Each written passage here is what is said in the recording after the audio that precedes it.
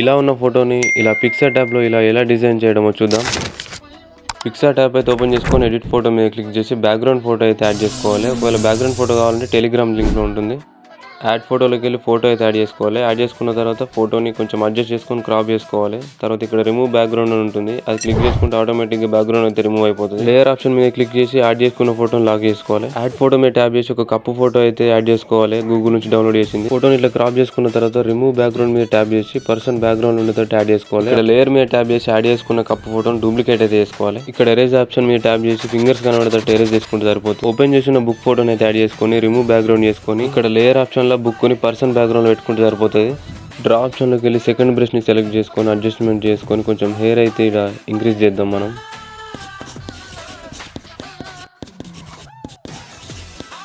Next ఇక్కడ right మీద click చేసుకున్న తర్వాత స్టిక్కర్ ఆప్షన్లోకి పోయి పెన్ అని టైప్ చేయాలి. ఏదైనా ఒక పెన్ అయితే యాడ్ చేసుకోవాలి. అండ్ నెక్స్ట్ ఇక్కడ పెన్నును అయితే కొంచెం లైట్గా ఎరేజ్ చేసుకోవాలి చెవు మధ్యలో ఉన్నట్టు.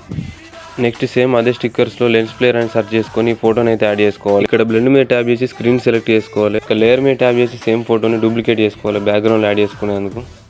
నెక్స్ట్ సేమ్ స్టిక్కర్ ఆప్షన్లోకి వెళ్ళి స్మోక్ ఎఫెక్ట్ అయితే యాడ్ చేసుకోవాలి. ఇక్కడ ఒకటి టీ కప్పు పైనకు అడ్జస్ట్ చేసుకున్న తర్వాత మిగిలిన స్మోక్ని ఎరేజ్ చేసుకుంటే సరిపోతుంది. నెక్స్ట్ ఎఫెక్ట్స్లోకి వెళ్ళి హెచ్డిఆర్ సెలెక్ట్ చేసుకొని అన్షార్ప్ తక్కువ వేసుకుంటే ఫోటో రెడీ.